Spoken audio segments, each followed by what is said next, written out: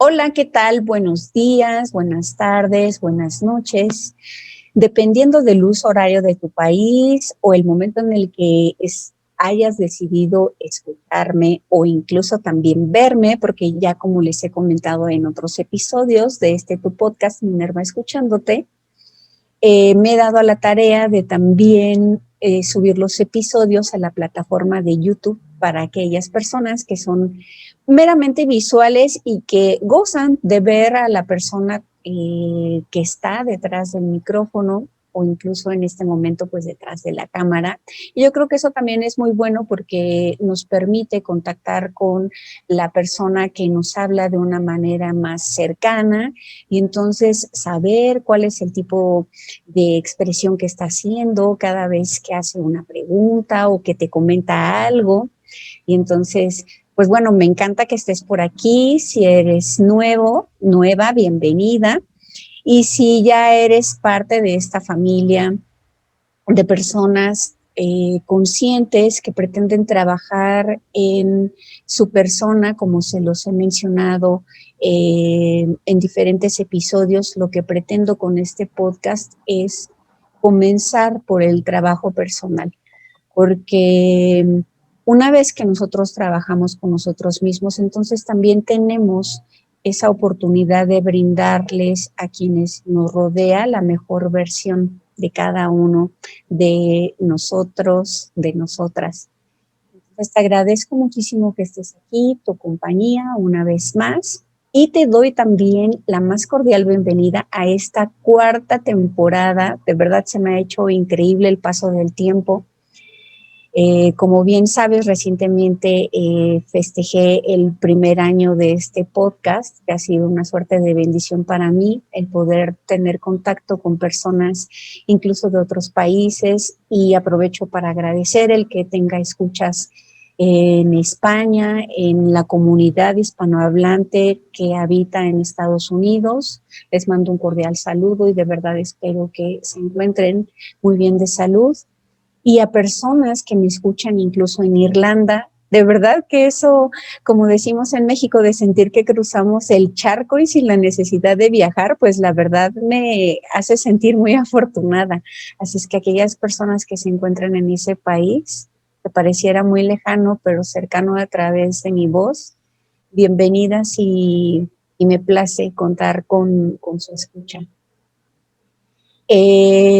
Pues bueno, en esta cuarta temporada voy a estar teniendo contacto con diferentes terapeutas. Y no sé tú, pero yo lo agradezco muchísimo porque en este año particular, que ha sido de retos para cada uno de nosotros, realmente el acompañamiento de estas personas ha sido más que fundamental. Gracias a ellos, gracias a ellas, es que personas como yo logramos seguir teniendo cordura en nuestra mente. Y me río porque, pues bueno, como dicen por ahí, al mal tiempo buena cara. Hay que aprender también de pronto a reírse de uno mismo.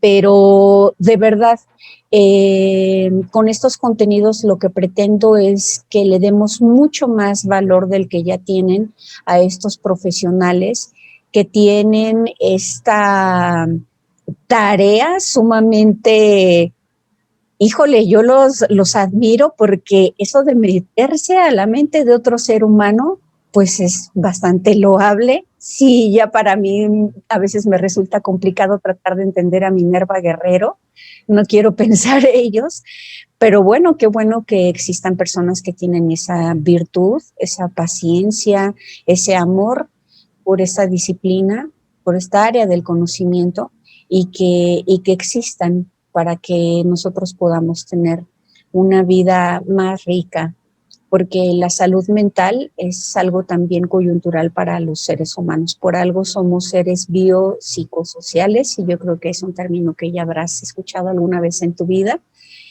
Y entonces, pues bueno, sin más preámbulos, te comento que en este episodio en particular tengo la compañía de la licenciada Catalina Izarrarás. Ella es licenciada en Psicología Educativa por el Instituto Michoacano de Ciencias de la Educación. En el 2010 se mudó a la Ciudad de México, o sea que dejó el bello Michoacán, esa área tranquila para estar con nosotros por acá en la Ciudad de México, pero lo hizo por algo que es súper importante. Para cursar su maestría en psicoterapia infantil en mi amada Universidad Nacional Autónoma de México. Así es que también aquí te hago el comercial de que soy orgullosamente Puma, no por algo, somos una de las instituciones más importantes a nivel mundial. Qué maravillosa universidad. Y cuenta con entrenamiento internacional, y esto me parece muy importante destacarlo con ustedes, en terapia de juego centrada en el niño y cuenta con un diplomado en educación sexual y prevención del abuso sexual. Actualmente labora como psicoterapeuta infantil en consulta privada y como maestra especialista en la unidad de educación especial y educación inclusiva a nivel preescolar en la SEP.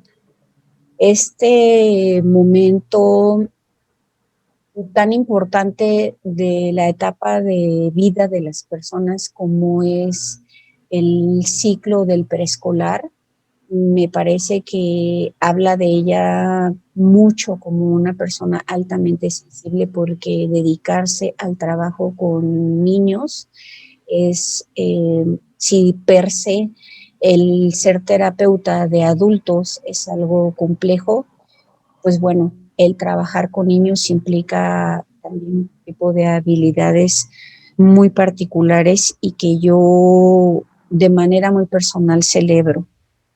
Ha trabajado con familias de migrantes y niños víctimas de violencia, donde ha llevado a cabo intervenciones terapéuticas, desarrollo de guías y talleres e investigaciones presentadas en congresos nacionales e internacionales. Desde 2017 colabora como locutora en el programa de radio Mente en Construcción, difundiendo temas de psicología, arte e interés general. Se interesa en la inclusión de actividades artísticas como parte del proceso terapéutico y la integración de diversas disciplinas científicas en el desarrollo profesional de la psicología. Así es que una vez más no les quedé nada mal.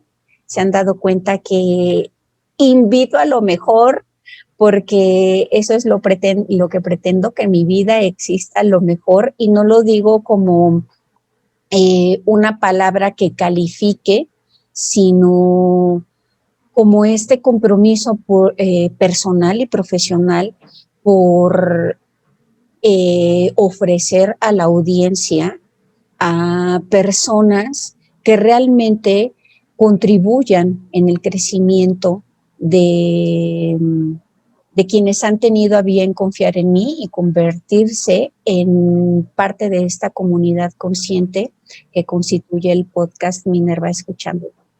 Pues bueno, ahora sí, mirándote a los ojos, te doy la más cordial bienvenida a este programa.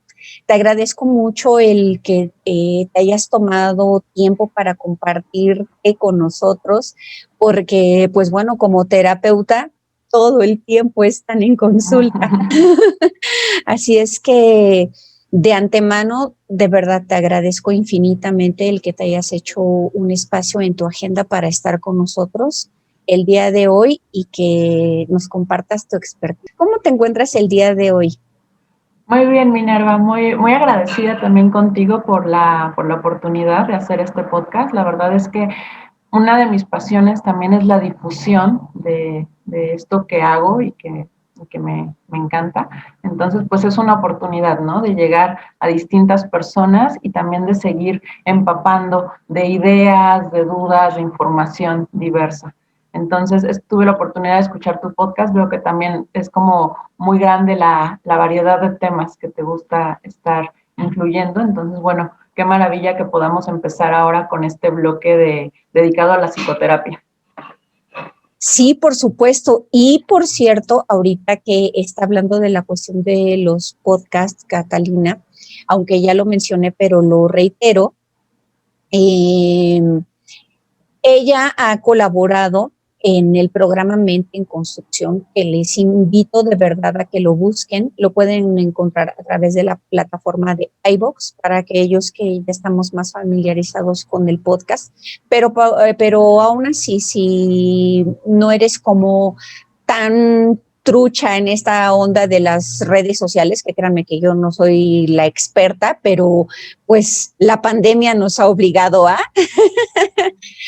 puedes darle en tu buscador mente en construcción y lo puedes combinar, porque yo así lo hice, con las palabras clave de circo volador, y créeme que encuentras un montón de datos de ellos e incluso otras cosas bien interesantes, porque además este proyecto noto que tienen un alto compromiso social y mucho trabajo comunitario. Entonces, créanme que no se pueden perder estos contenidos, y además que también están generados por personas súper jóvenes, y entonces eso habla mucho de ímpetu y de esas ganas de estar aportando socialmente. Y hablando de esta cuestión de mente en construcción, les platico que Catalina ya tiene un episodio grabado que justo aborda los tipos de terapias que existen. También los podemos conocer como modelos de intervención terapéutica. Entonces, si tú quieres conocer cuestiones muy teóricas, muy puntuales acerca de en qué consiste cada corriente psicológica, de verdad te invito a que pases por ese episodio en particular, que por supuesto lo voy a dejar dentro de la descripción que siempre hago, tanto para quienes me escuchan en podcast y para quienes me ven a través de YouTube. Y en el resto de mis redes sociales, ahí les voy a dejar el link de este episodio, que de verdad no se pueden perder. Ok, muchas gracias, Minerva. Gracias también por comentar acerca de este otro programa en el que hemos estado colaborando, Mente en Construcción. Y definitivamente, pues ahí a veces es un programa de psicología y de repente sí nos vemos un poco más técnicos, nos vamos más a la teoría, como decías, a la historia. Y en esta ocasión a mí me gustaría, para todos tus radioescuchas, tener un programa, un podcast como mucho más práctico, ¿no? Que ayude a hacer una guía para las personas que ya han tomado terapia o que probablemente tienen esa inquietud de buscar un terapeuta, como de saber qué es lo que necesito o qué tipo de terapia es la que más me conviene, ¿no? Que dependiendo de mi problema, dependiendo de mi situación, incluso un poco hasta de mis creencias, ¿no? ¿Qué es lo que yo necesito y por dónde empezar a tomar terapia? Porque actualmente, pues sí, hay cientos de tipos de psicoterapia, de algunos muy parecidos, algunos muy alternativos, pero pues a veces es importante, ¿no? Observar qué es lo que sí nos está funcionando o a qué es a lo que podríamos darle una oportunidad de entrada. Claro, y yo creo que esto que mencionas, perdón, nos da luz en el camino, porque a veces las personas identificamos que tenemos un problema, por ejemplo, ahorita, y no lo digo yo, lo dicen, pues yo creo que todas las redes sociales, más las noticias, que ahorita como que selecciono más lo que deseo escuchar por salud mental. Pero bueno, todos estamos padeciendo estrés. Hay personas que a lo mejor no cuentan con los recursos necesarios, emocionalmente hablando, como para sobrellevar esta cuestión de la pandemia, de tal forma que no se vean afectados de una manera considerable a nivel afectivo, pero que eso también se convierte en problemas de salud física, a nivel orgánico incluso. Entonces, a grosso modo, ¿cómo podrías tú resumirle a una persona el hecho de, ok, voy a ir con un terapeuta, pero de pronto hay amigos o amigas o familiares que me dicen, no, mira, es que este terapeuta es muy bueno, acaba de hacer un diplomado en técnicas gestal. No, mira, vete con esta persona, ella es especialista en psicoanálisis y entonces, pues te va a ayudar mucho porque pues finalmente ya conoces a Freud, has escuchado hablar un poquito de él, entonces pues hay que acudir como a cosas más profundas y entonces, pues escárvale más, porque igual ahí hay un asunto de tu niñez que no has resuelto y entonces, pues, resolviendo eso, igual y entonces resuelves lo que te está pasando ahorita. Y, y te hago también esta pregunta, porque me confieso, queridos escuchas, que yo siempre he considerado que los psicoanalistas en particular entras, tienen un diván bien cómodo, te acuestas, tienes que cerrar los ojos y entonces ellos empiezan a hacer preguntas. Te hago esta descripción porque es la preconcepción que yo tengo, entonces también un poco para romper con mitos o leyendas que existen acerca de los tipos de terapeutas.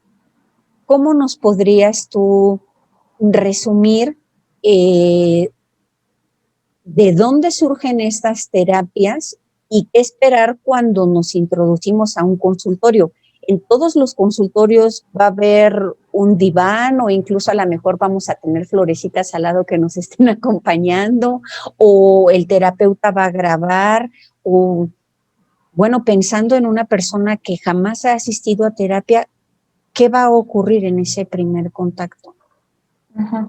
Sí, el primer contacto depende un poco del tipo de psicoterapia a la que estés asistiendo, pero generalmente no se empieza, incluso los psicoanalistas más ortodoxos, que son los que usan el diván, no todos los tipos de psicoanálisis utilizan diván. Hay psicoanálisis humanista, por ejemplo, donde siempre es frente a frente, ¿no? Nunca hay el uso del diván, pero incluso los que utilizan el diván, la primera sesión generalmente es frente a frente, ¿no? Como conocerse un poco más, y el diván, digamos que ya es una segunda etapa, ¿no? Como donde el paciente ya está un poco más en confianza y entonces se utiliza esto porque a veces ayuda justamente a entrar un poco más profundo en ciertas ideas y pensamientos sin que te distraiga la posible reacción del otro, ¿no? Que muchas veces es como un espejo, pero puedes estar tal vez pensando que te va a juzgar o que no está de acuerdo con lo que estás diciendo. Y el hecho de no ver a la persona de frente, pues ayuda como a liberar esa parte. Sin embargo, bueno, es como solo algunos tipos de psicoanálisis los que utilizan este diván, pero casi con cualquier psicoterapeuta que vayas, de entrada va a ser pues dejarte a ti hablar y dejarte plantear tu motivo de consulta. ¿Qué es lo que te aqueja? ¿Qué es lo que quieres resolver ahí? ¿En dónde estás notando esas señales de algunas emociones que posiblemente no están siendo conscientes o no han logrado liberarse adecuadamente? Y probablemente tú no llegas como con esta idea de, es que tengo emociones reprimidas, pero sí llegas dándote cuenta de que hay dificultades en tus relaciones, ¿no? Entonces, no hablamos de un sujeto sano y de un sujeto enfermo, de que haya como esta polaridad necesariamente, sino que hablamos de cierta funcionalidad en las relaciones, en la relación de pareja, en la relación con la familia, en la relación laboral, en tu relación contigo mismo, ¿no? A veces hay personas que llegan a terapia justo cuando dicen, es que ya logré todo lo que quería a nivel laboral, ya estoy casado, tengo hijos, todo lo que me había imaginado que era como mi vida ideal ya está puesto y no me siento bien y me sigo sintiendo vacío, ¿no? Entonces ahí hay una cuestión en tu relación contigo mismo y con los deseos que has ido persiguiendo, ¿no? En que no, al final no hay esa sensación de satisfacción. Es en algunos casos, pero bueno, el malestar aparece en una de estas relaciones y es lo que tú llegas a poner sobre la mesa como tu motivo de consulta cuando llegas con un psicoterapeuta. Generalmente en la primera sesión también el psicólogo te explica cómo funciona su método, qué tipo de psicoterapia es lo que él hace, tal vez un poco de su formación, dependiendo de qué tantas preguntas puedas tener también como cliente, como paciente. Entonces es como un primer reconocimiento, ¿no? Como una primera entrevista. Incluso hay algunos psicólogos que te dicen, las primeras 5 sesiones vamos a hacer estas entrevistas para que tú conozcas cómo funciona mi método y también para irte conociendo más, un poco como un bosquejo de tu historia de vida, pero también para que vayas definiendo si es aquí donde te quieres quedar, ¿no? Como que a partir de esas 5 sesiones es que definen si sí van a empezar como un proceso más en serio. Esto pasa también con muchos tipos de psicoanálisis.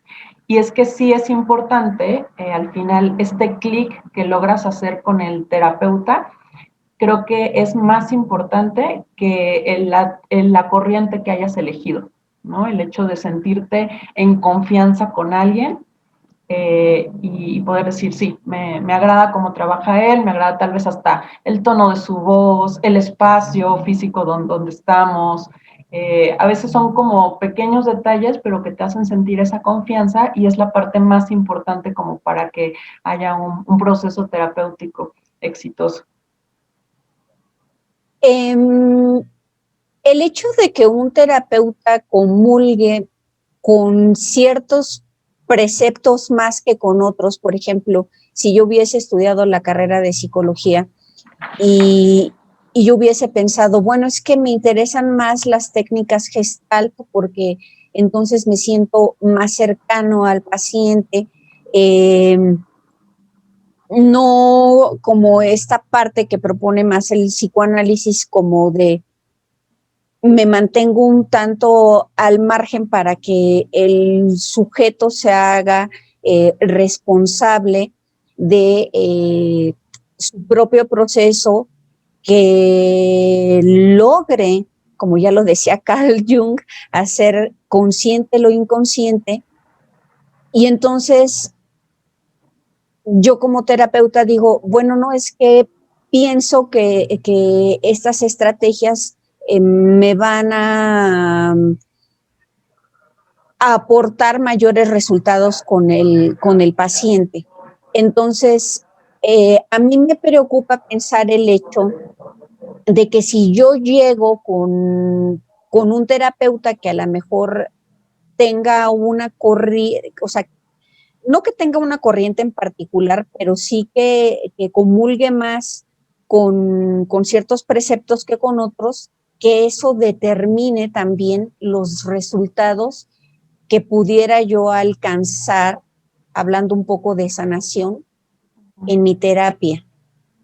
Ok, sí, creo que en ese sentido es importante distinguir, a mí me parece que son 3 como las principales corrientes y que a partir de esas también se van haciendo como mezclas y van apareciendo estos cientos de tipos de psicoterapia que te comento, que justo son como la base en la psicoterapia integrativa. Desde esta perspectiva empezamos con el psicoanálisis, que tuvo como una teoría muy amplia, muy vasta, a partir de lo que es neurosis como enfermedad y lo que son los procesos de curación de esta neurosis. Es curioso porque en un principio fue también muy rechazado, ¿no? A partir de que Freud empieza a hablar sobre todo de la sexualidad en los niños y de esta parte de que la sexualidad está implícita en la mayoría de nuestros conflictos interiores, intrapsíquicos.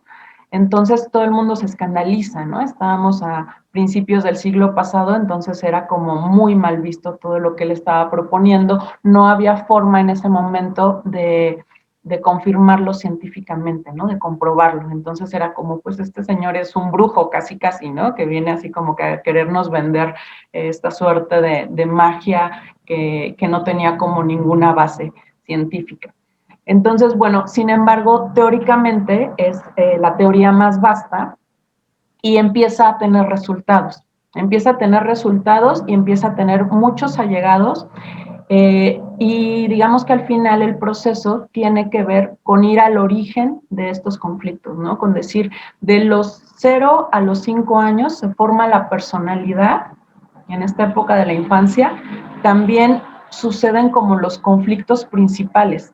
el saberte vulnerable en un lugar donde sabes que tus papás manifiestan cierta agresividad y que eso te crea ciertas fantasías de que podrían deshacerse de ti si los haces enojar lo suficiente, ¿no? Y entonces, ¿cómo aprendes a adaptarte a estas personas? ¿Qué partes de tu ser reprimes para adaptarte a este ambiente?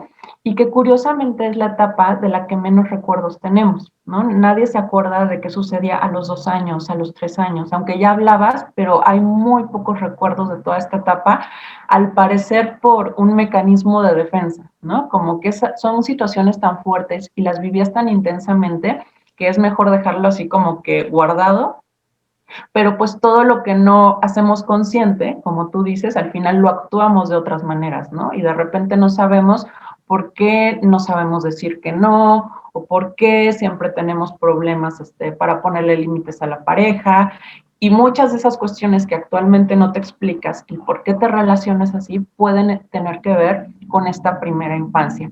Entonces la idea del psicoanálisis, incluso ellos distinguen entre lo que es psicoanálisis como tal y psicoanálisis como terapéutico, ¿no? Que al final lo terapéutico tendría que ver con resolver algo en específico, pero aunque ya hayas resuelto ciertas circunstancias, siempre queda esta parte de seguir un análisis, ¿no? De seguir analizando el porqué de tu personalidad actual. Aunque no me cause problema ahorita las decisiones que toma Catalina, pero siempre es interesante ver de dónde vienen y por qué estoy decidiendo este tipo de cosas. Entonces, bueno, empiezan a aparecer disidentes, empiezan a aparecer personas que dicen, bueno, esto es maravilloso, esta teoría es muy completa, pero a mí me parece que es un proceso muy largo, ¿no? O a mí me parece que es importante también enfocarte en el aquí y en el ahora. Y entonces aparecen estas corrientes humanistas, que principalmente son la terapia centrada en el cliente o en la persona, y la Gestalt. Entonces, estas terapias humanistas tienen en común que dicen, bueno, ¿para qué me voy a ir a rascarle a todo eso, a volver a sufrir todo eso, cuando al final debo enfocarme en el aquí y en el ahora, ¿no? En ver qué es lo que estoy haciendo en este momento con mis relaciones, responsabilizarme por lo que estoy haciendo como adulto. ¿no? No echarle la culpa a papá o a mamá o a lo que pudo ser, sino decir, bueno, ahorita yo soy un adulto, me hago cargo de mí y a partir de eso me relaciono de manera consciente y responsable con los que están a mi alrededor.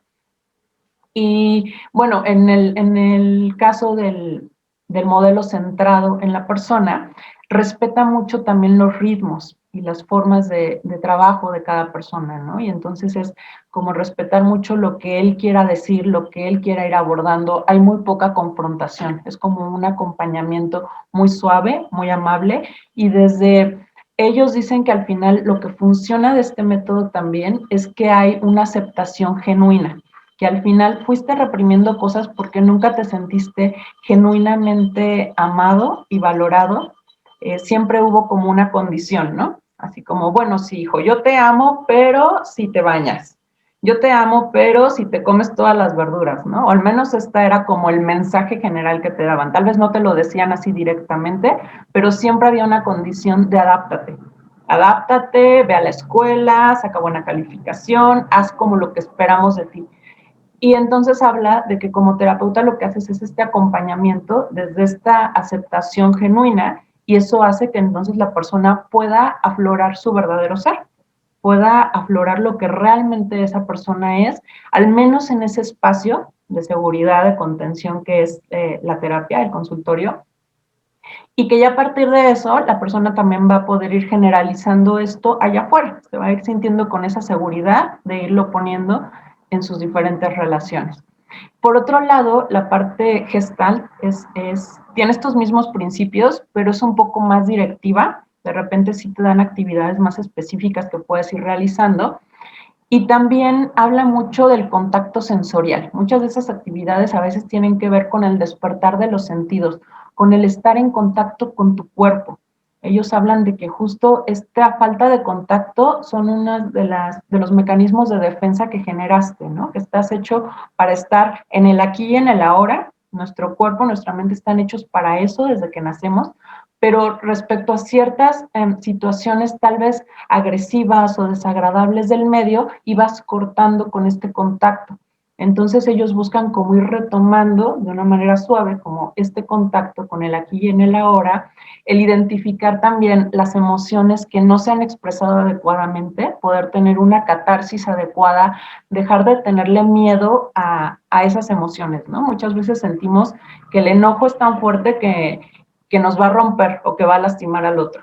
O que la tristeza es tan fuerte que si la hablo, que si la dejo atravesar mi cuerpo, va a acabar conmigo, ¿no? Hay así como que una fantasía de temor a expresar estas emociones. Entonces, tienen diferentes estrategias muy puntuales para permitirte expresar esta emoción y después también hablan como de una sensación de vacío, que llega un momento en el que sacaste todo eso, te quedas como con una sensación de vacío, pero que después justo se va llenando como de cosas más auténticas, ¿no? De posibilidades como más reales para ti, como más tangibles.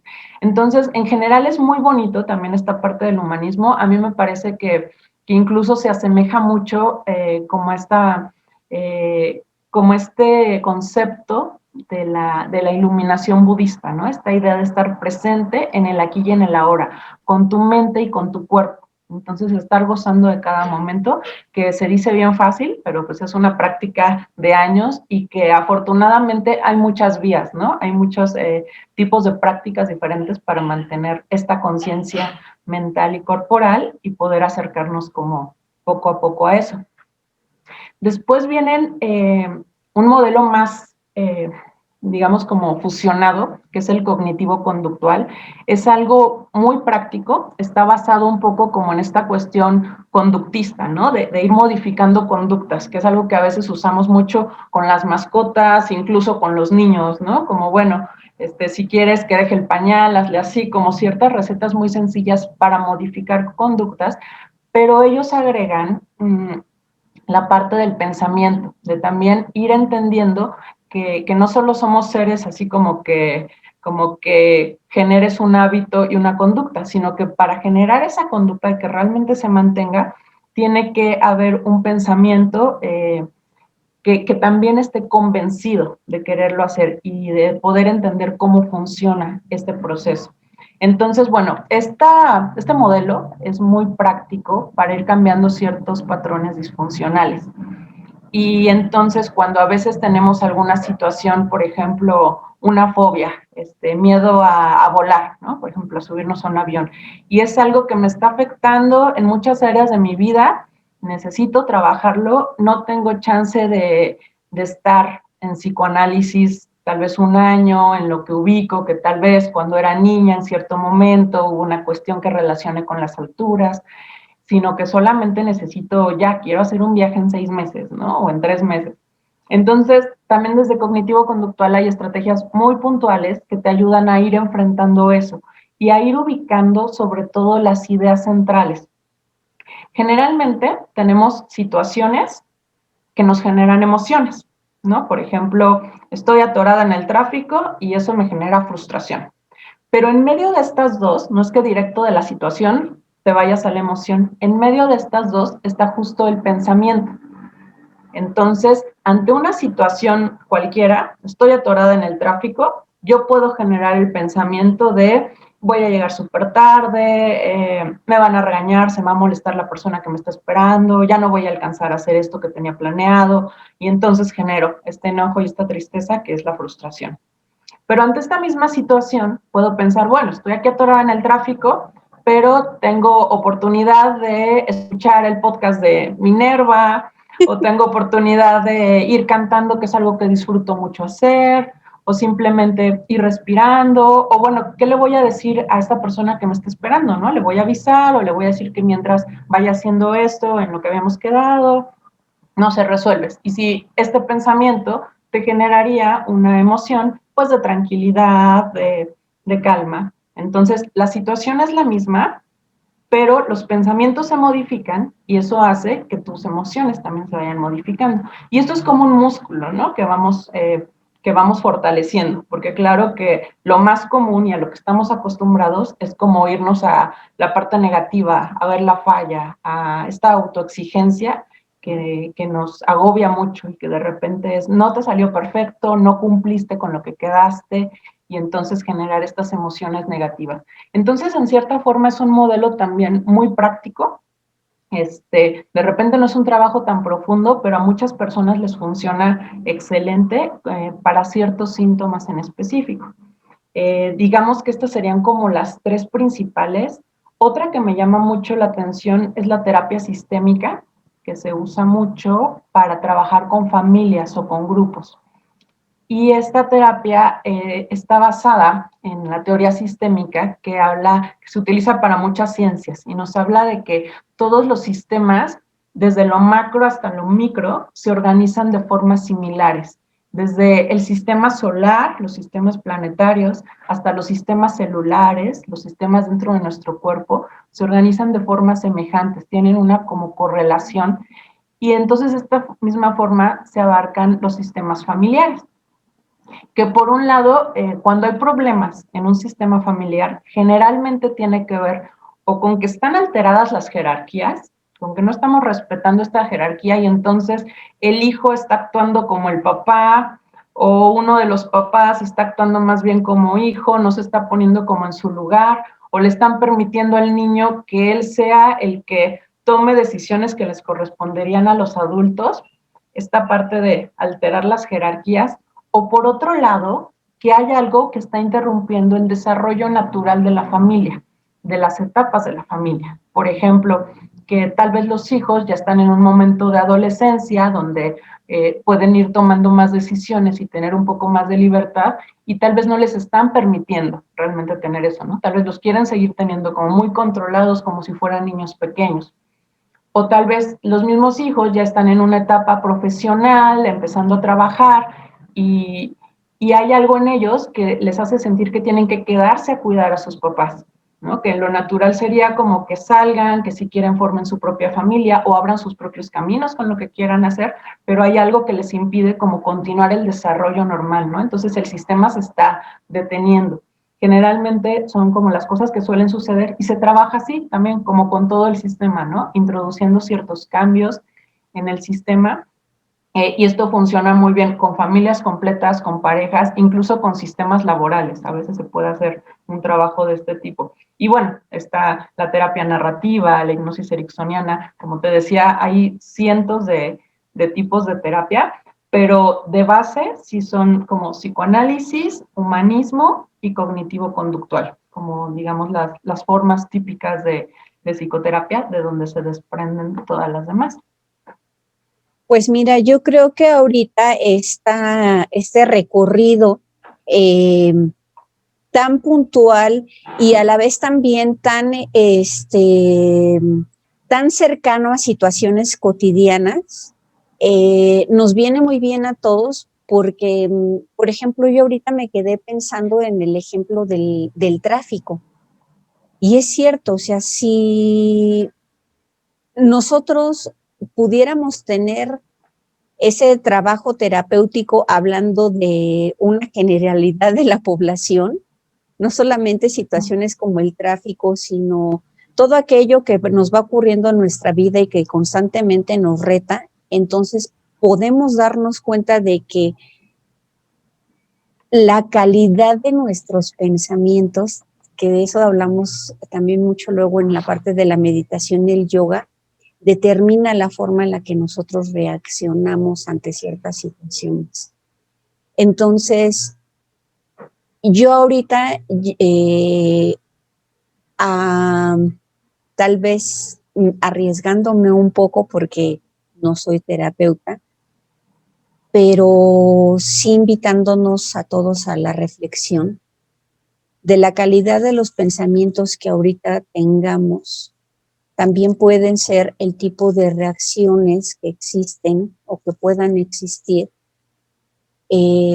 con toda esta situación pandémica. Y lo retomo, ¿por qué? Porque finalmente es la condición social actual que nos está haciendo vibrar a todos en diferentes sintonías y que por ello determiné que este era el momento ideal para generar conversaciones con diversos psicólogos, porque se trata de brindar a la población herramientas para saber que podemos estar acompañados y por personas que tienen los conocimientos para hacerlo. Hay algo que recién aprendí con Catalina. Más allá del modelo terapéutico con el que esté comulgando la persona con la cual asistimos, es también valorar todo este conocimiento, este cúmulo de conocimientos que tiene el terapeuta y ese compromiso que genera a lo largo de su profesionalización para identificar cuáles son todos esos conocimientos que necesita integrar para entonces crear una fórmula un tanto hecha a medida dependiendo de la persona con la que se encuentra. Yo creo que también ahorita estas especificidades que nos hizo Catalina nos pueden servir también para cada persona. Yo confío en que tenemos esa sabiduría interna y que entonces, dependiendo de cómo estemos atravesando la circunstancia que esté ocurriendo en este momento de nuestra vida, con lo que me acaba de decir Catalina o de lo que acabo de escuchar de ella, esto me lleva a darme cuenta que necesito trabajar mucho con una herida de la infancia. O es que ahorita esto me está sobrepasando de tal forma que entonces requiero estar con una persona que tenga este enfoque como de intervención un poco, lo voy a entrecomillar, como más inmediato, para que me dé estrategias que me permitan una autocontención. Y entonces tal vez decida acercarme a alguien que vea que tenga como esta prioridad de intervención como más cognitivo-conductual, porque es lo que en este momento de mi vida yo estoy requiriendo. O, bueno, ha sido tal vez mi necesidad o mi desánimo, que incluso necesito un movimiento, estrategias como más activas y entonces diga, conecté ahorita con lo que me dijo Catalina respecto a estas técnicas que tienen los humanistas como para que incluso a través del arte, de otros métodos, entonces yo pueda obtener esto que necesito curar, ¿no? Yo creo que estas puntualizaciones que nos acabas de hacer son muy ricas para también generar como ese preanálisis y el saber que en el momento en el cual nosotros vamos a acudir con una persona, también tener esa conciencia de compromiso con el terapeuta. Y lo digo de verdad a título personal porque, y espero que haya personas que de pronto también tengan esa responsabilidad y esa conciencia de hacer este proceso de honestidad, que de pronto decimos, en este momento me siento mal y entonces acudimos con el terapeuta, pero después tenemos esa sensación así, igual que cuando vamos con un médico de lo que ustedes quieran. Ya me está haciendo efecto el medicamento y entonces abandonamos el tratamiento. Lo mismo ocurre también como pacientes que a manera un tanto como de desesperación decimos, ok, ahorita lo requiero, ahorita asisto, pero no somos constantes. También invito a la audiencia a que tengamos ese ejercicio de responsabilidad. No todo se lo podemos dejar al terapeuta. Sí, hay momentos en los que vamos a tener ciertos bloqueos, desánimo, o que incluso digamos, ¿yo para qué voy? No, ahorita me estoy sintiendo, pero si del lujo, la adrenalina la traigo al 100 y entonces siento que ahorita ya por arte de magia todo se resolvió y dejamos de asistir. También consideremos todo este trabajo que no solamente cuando está el terapeuta frente a nosotros tiene, porque el trabajo no termina ahí. Ellos tienen que continuar a posteriori con nosotros y entonces ir analizando, de pronto detectar lo que incluso nosotros no podemos ver y entonces ellos tener esa habilidad para llevarnos como más allá y también generar que tengamos mayores resultados en beneficio de nuestra salud emocional.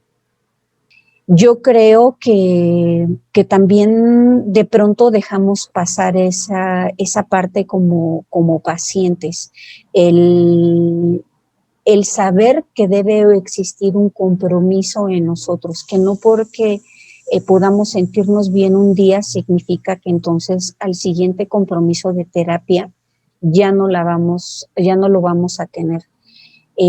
Yo eso, la verdad, tiene poco tiempo que lo aprendí y lo agradezco porque mi terapeuta me decía, si no asistes, aún así la terapia te la cobro.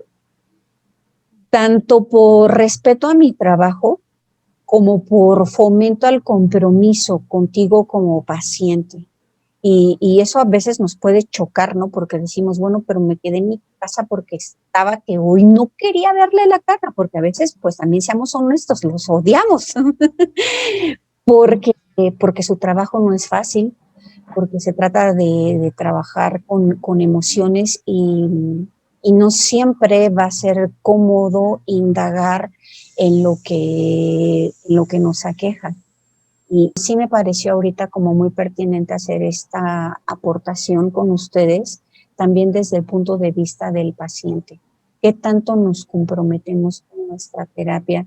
Porque no solamente queda en el terapeuta como tal. Qué bueno que abres ese tema, Minerva, porque justo la resistencia es, digamos, como un tema que se trabaja en el día a día, en cualquier tipo de psicoterapia, aunque originalmente el concepto lo acuña justo desde psicoanálisis, se habla mucho de esta resistencia al avance o a la cura, pero bueno, más bien es un proceso humano, más bien, ¿no? Más que un proceso que, y como dices, se puede ver hasta en el trabajo, aunque digas, oye, trabajo en algo que me encanta, que me apasiona, aún así va a haber un día en el que te sientas cansado o si no, simplemente no tengas ganas, ¿no? De estar ahí. Entonces es muy importante reconocerla, darnos cuenta de que la resistencia está ahí y de que es algo con lo que tenemos que aprender a lidiar también.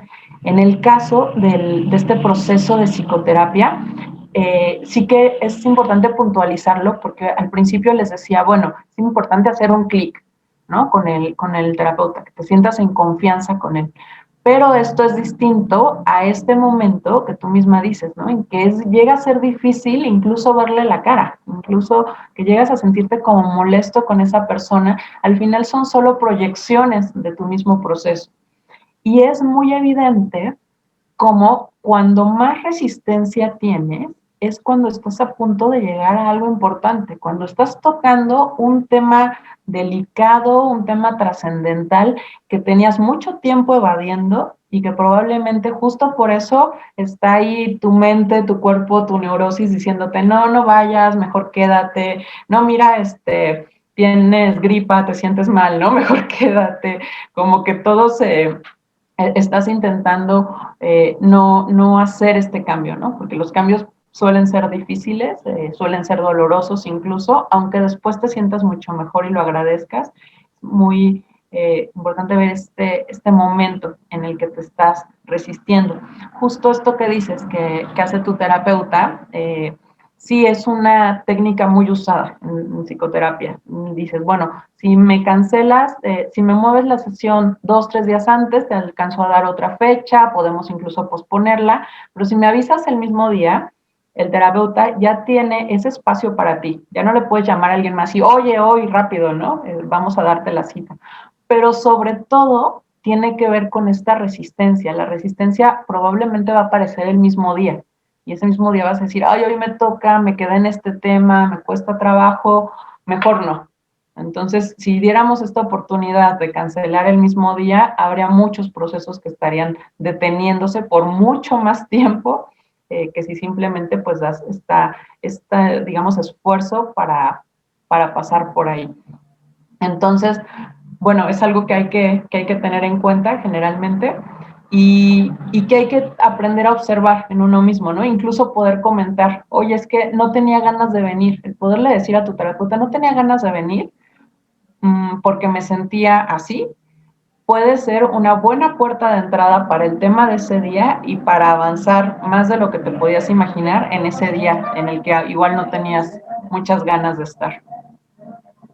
Aprovechando que también me comentaste acerca de la terapia sistémica y cómo se puede abordar esto a nivel familiar, antes de que concluyamos esta parte de las terapias, de los tipos de terapias, métodos de intervención, porque también aprovecho para hacer una pausa y comentarles, queridas, queridos todos los que nos están escuchando y aquellos que nos están viendo, que vendrá una segunda parte con esta maravillosa psicóloga. En nuestra siguiente sesión estaremos hablando en especial de quién es Catalina como psicóloga, pero en particular una parte que ahorita que se las estoy platicando, pudieran, aquellos que me ven yo creo que lo van a percibir y aquellos que me escuchan se los voy a intentar transmitir.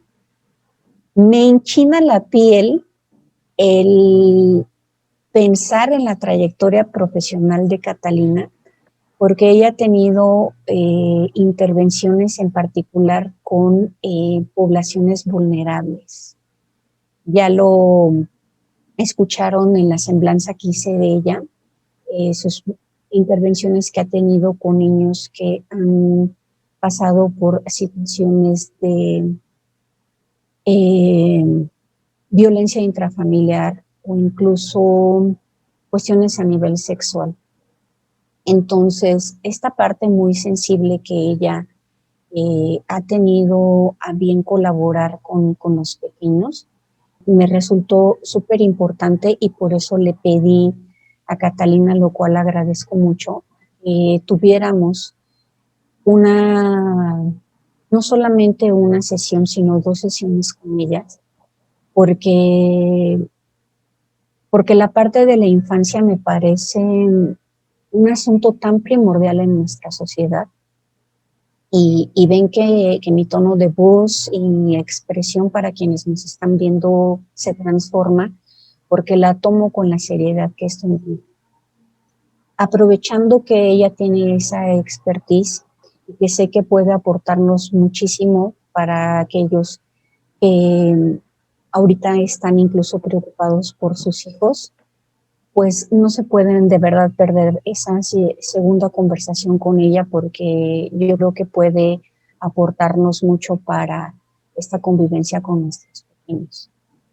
Dicho lo anterior, para concluir esta primera sesión contigo, Catalina, y que me parece importante rescatar, es esto que nos hablabas de la teoría sistémica. El hecho de que existan personas que tienen también este método de terapia, el pensar que puede haber una intervención también a nivel familiar, más en estos momentos, yo creo que es coyuntural. ¿Qué nos está dejando en este momento? Porque eres una mujer muy sabia y que tiene contacto con muchísimos otros terapeutas que imagino tienen esta especialidad también muy desarrollada. Catalina, ¿qué te comparten tus colegas? Ahorita en este momento, este tipo de terapia, qué es lo que está aportando a nuestra sociedad? Creo que ha sido un momento, bueno, esta situación de pandemia y de contingencia, creo que en todos los ámbitos ha venido a revolucionar. Yo como terapeuta infantil cerré un mes el consultorio creyendo que no había manera de hacer psicoterapia infantil en línea. Y bueno, ya lo hablaremos más adelante, enfocándonos más en esta parte de la psicoterapia infantil, pero justo una de las grandes respuestas que encontré fueron en este modelo sistémico y familiar. Fue como decir, bueno, claro, ahorita los niños están con su familia, y si podemos hacer el trabajo desde el ambiente familiar, desde la relación del niño con mamá, con papá o con quien lo esté cuidando en este momento, pues se ven incluso efectos mucho más ricos que teniendo solamente al niño trabajando aparte, ¿no? Entonces han sido una de las grandes ventajas que se han encontrado. Se ha buscado también en la parte a nivel educativo, en mi trabajo como psicóloga educativa, esta parte también de involucrar mucho a los papás, sobre todo como es con niños muy pequeños a nivel preescolar, decir, bueno, igual no nos vamos a echar las 4 horas del niño conectado a la computadora, pero sí podemos tener 1 hora del niño realizando una actividad con papá y explicándole al papá cómo ir llevando la actividad y señalándole cómo lo va haciendo, reflejándole este esfuerzo que está poniendo, apoyándolo, digamos, desde la distancia. Y entonces, pues también se potencia, ¿no? Ese ratito puede ser de un aprendizaje mucho más significativo para el niño. Entonces, creo que así ha sido un momento difícil en el sentido de que se vuelven evidentes los problemas de los sistemas, ¿no? Los problemas de una pareja que vive junta y que tal vez había muchas dificultades, pero se distraían porque pues no nos vemos toda la semana, pues hay como amigos, hay fiestas, hay muchas cosas alrededor que distraen, ¿no? El deporte, actividades externas. En este caso, todas las familias están conviviendo mucho más tiempo, se vuelven más evidentes los problemas y sí, digamos que ha crecido, creo que en general ha crecido la consulta a los terapeutas, pero también ha habido como esta posibilidad de trabajar directamente con la raíz de las situaciones a nivel de sistema, lo cual me parece como muy rico. Y en lo personal, me parece que también esta posibilidad de ir descubriendo nuevas vías, de decir, bueno, estoy aquí, pero aquí tengo libros, aquí tengo podcasts, aquí tengo programas, aquí tengo aplicaciones, ¿no? Para hacer una infinidad de cosas, creo que también ha sido, en mi caso, me ha llevado a la conclusión, creo que además de elegir tu forma de terapia o tu forma de autoconocimiento o de crecimiento personal, es importante como no casarte con una sola cosa. Yo recomendaría que se tuvieran al menos dos formas de tener este conocimiento personal o crecimiento. Ya sea que tengas tu terapia y que además te interese meditar o hacer ejercicio y que digas, igual voy al gimnasio, pero eso me ayuda a conocer mis límites físicos y cómo dar un poco más y me representa el conocerme de otra forma, ¿no? Decir, bueno, entonces tienes tu terapia y tienes tu gimnasio, ¿no? Alguna actividad artística que también es una forma de poner afuera lo que estás sintiendo, ¿no? De expresarlo de alguna manera. Entonces, como esta idea de no perder esta capacidad de explorar, de aprender, de tener curiosidad y de entonces buscar diferentes maneras, ¿no? Pero también comprometerte. De repente hay quien puede decir, bueno, yo ya he ido con 10 terapeutas y ninguno me ha funcionado, ¿no? Tal vez es también como querer serle fiel a esta idea central de que nadie va a poder con mis problemas o nadie va a poder conmigo, ¿no? Creo que es importante elegir de manera informada para después poderte comprometer con un proceso y poder decir, va a haber resistencia, va a haber momentos agradables y momentos desagradables y tengo que atravesar por toda abanico de emociones que he estado reprimiendo y si las he reprimido es porque no se siente bonito sentirlas, ¿no? No se siente bien estar con miedo. Entonces, bueno, voy a tener que atravesar por ahí para irme liberando de eso y mantener este compromiso, ¿no? Pero igual, ayudado de diferentes formas de conocer. Pues miren, esta primera sesión, Catalina la concluye de una manera magistral, me parece, porque resume qué es lo que podemos esperar de una terapia, pero también cuál es el compromiso personal que eso implica.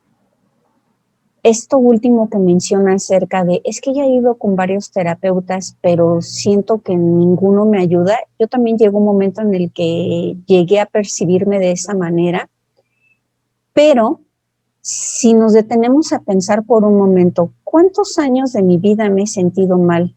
Y si lo comparas con el tiempo que le has dedicado a tu terapia, sin riesgo a equivocarme, yo creo que sabes la respuesta. Hemos pasado más tiempo sintiéndonos mal que asistiendo a terapia. Así es que no importa que hayan sido varios terapeutas, llega un momento en el que logramos encontrar a esa persona con la que hacemos clic y que también a veces está muy determinado nuestros progresos por la etapa de la vida en la que nos encontramos.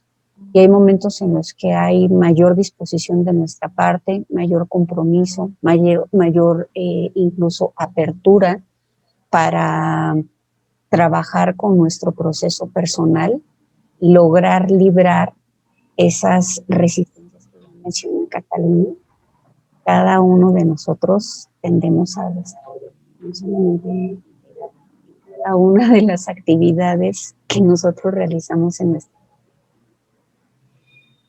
Por hoy me despido de ti y de verdad ya nos escuchaste, no te puedes perder la siguiente sesión con Catalina en donde vamos a hablar de manera particular de la psicología, de aquellas personitas súper importantes en nuestras vidas y que como adultos debemos darnos cuenta que mucho en nuestras manos, en nuestros comportamientos, está en cómo formar a ese sujeto social que pues está ahorita llenándose de toda esa carga emocional, de todos esos patrones de comportamientos que como adultos tenemos porque nosotros somos el ejemplo que estamos dando y que le damos a ellos un modelo a seguir. Pues bueno, te espero en el siguiente episodio. Te agradezco muchísimo tu compañía. Gracias por el tiempo brindado. Nos complace el hecho de que hayamos podido acompañarte en el auto, cocinando, trabajando, ¿por qué no? Así es que si estuvimos acompañándote, créeme que hoy hicimos una gran tarea, Catalina. Te esperamos en el siguiente episodio. Gracias por formar parte de esta comunidad consciente. Te recuerdo mi nombre, soy Minerva Guerrero. Y me puedes encontrar en Facebook, Instagram, en YouTube y también ya he estado haciendo algunos TikToks con el perfil Minerva Escuchándote. En cada una de las plataformas lo que vas a encontrar son contenidos enfocados al desarrollo de tu conciencia y para pensar en la persona más importante. Ok, nos encontramos en la siguiente sesión. Ok, Catalina, proseguimos a la otra parte.